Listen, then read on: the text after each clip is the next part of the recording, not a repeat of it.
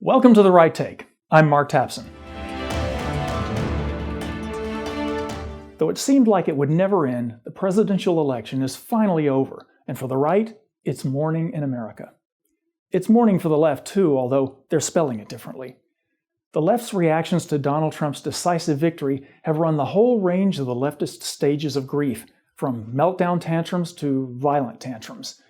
Convinced that Donald Hitler and his white supremacist brown shirts planned to round up minorities and put them in concentration camps, college students held cry-ins and expressed their despair in safe spaces and coloring books. Celebrities and media personalities, panic-stricken over the impending apocalypse, burst into tears on television. High school and college students and teachers took a break from their classes in gender confusion and anti-American indoctrination to hold mass walkouts. Thugs across the country issued death threats and beat up Trump supporters. Paid protesters instigated riots and demanded that Trump be stopped, even though he hasn't been inaugurated yet.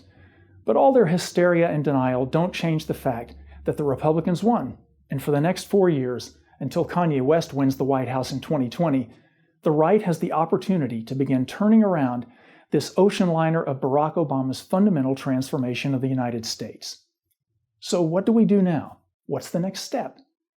The most important thing Donald Trump and the Republican Party can do now is not blow it.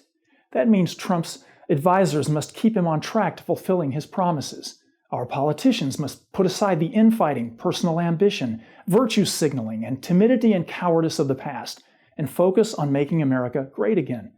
And their constituents must hold them all accountable. The right may have won all the political power, but this is no time for complacency. The left's relentless hatred of Trump and their resistance to his brand of hope and change will make their hatred of George W. Bush look like a passionate love affair. We must be just as relentless in pushing back. And though we have the political power, the bad news is that the left still has all the formidable cultural power, and the culture is where it all begins. The right long ago lost the culture war.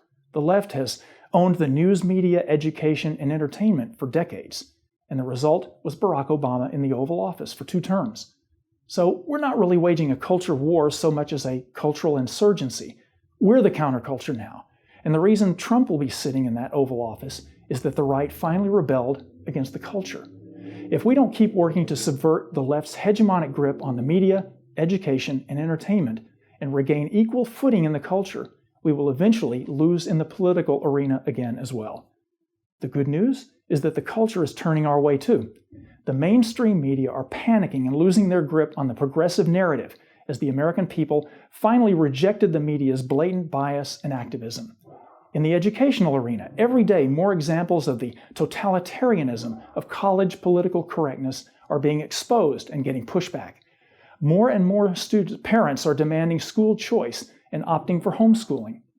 In the entertainment world, the monolithic Hollywood left is increasingly being countered by more independent voices and outlets. The big networks and the big studios aren't the entertainment gatekeepers anymore. This election wasn't just an historic victory. It was a political and cultural revolution. And the challenge for all revolutions is what to do the morning after. It's morning in America. Now the hard work begins. And that's The Right Take. I'm Mark Tapson.